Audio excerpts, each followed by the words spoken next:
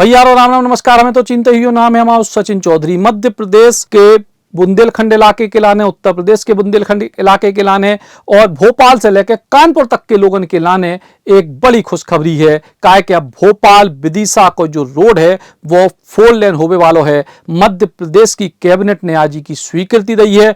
आखिर ई रोड से किन लोगों को फायदा हुई है, काई को बजट हुई है और की तरीके से जो रूट तैयार हुई है, जो देखो हमारी विस्तृत रिपोर्ट में। तो आज मुख्यमंत्री डॉक्टर मोहन यादव की अध्यक्षता में कैबिनेट की बैठक भई और में भोपाल विदिशा सड़क को 4 लेन करने की स्वीकृति मिल गई है। हाइब्रिड एन्युटी मॉडल पे जा 4 लेन बने 1757 करोड़ 55 लाख रुपए की लागत हुई है। मौजूदा 44 किलोमीटर लंबे 2 लेन मार्ग को 4 लेन में विकसित करे जे है। Bhopal Kanpur high speed corridor के लाने महत्वपूर्ण फीडर कॉरिडोर के रूप में जो काम करे और इसे भोपाल विदिशा रायसेन और आसपास के क्षेत्रों को आवागमन आसान हुई है। भोपाल के अयोध्या बाईपास स्थित भानपुर से शुरू होकर सूखी सेवनिया दीवानगंज सलामतपुर होत भय NH 146 के सांची सलामतपुर जंक्शन तक जो रूट जे है।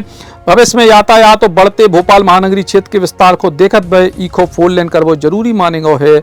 ई परियोजना में कुल 8.25 किलोमीटर के 3 बाईपास बनाए गए हैं। इससे आबादी वाले क्षेत्रों में वाहनों को दबाव कम हुई है और सड़क दुर्घटनाओं की आशंका भी कम हुई है। फिलहाल सांची उदयगिरी समेत कई पर्यटन स्थलों की भी कनेक्टिविटी बेहतर हुई है। भोपाल विदिशा मार्ग केवल यातायात के हिसाब से नहीं बल्कि धार्मिक, ऐतिहासिक और सांस्कृतिक पर्यटन की दृष्टि से भी महत्वपूर्ण है। इसके आसपास सांची के स्तूप, संग्रहालय, अशोक स्तंभ, उदयगिरी की गुफाएं समेत कई पुरातात्विक सांस्कृतिक स्थल हैं। दरअसल जो मार्ग करीब 24.5 किलोमीटर पे कर्क रेखा से भी गुजरत है। इसे को भौगोलिक महत्व भी बढ़े। 4 लेन बनने से भोपाल से विदिशा सांची की यात्रा तो बेहतर हुई है। इसे पर्यटन, होटल, परिवहन, गाइड सेवा, हस्तशिल्प और स्थानीय कारोबार को भी बढ़ावा मिले। भोपाल को मेट्रोपॉलिटन बनाने के लिए मेट्रोपॉलिटन की तर्ज पर इसको विकसित करना है। उसमें जो सराउंडिंग्स है, आसपास के हमारे बड़े शहर है, उनको किस तरह से जोड़ा जाए, भोपाल से किस तरह उनको सुविधाओं में और शामिल किया जाए, तो बड़ा एक मील का पत्थर साबित होगा। एक 6 लेन यहाँ भोपाल से मेट्रोपॉलिटन बने तो विदिशा को एक भोपाल विदिशा मार्ग का उन्नयन कर रहे हैं।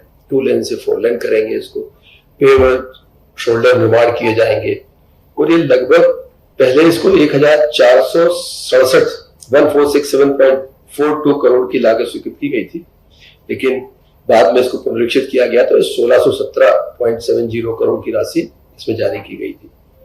और ग्रामीण क्षेत्र में किसी भूमि के लिए जारी नवीन मल्टीप्लिकेशन फैक्टर की लागत में 140 करोड़ की और वृद्धि हुई है।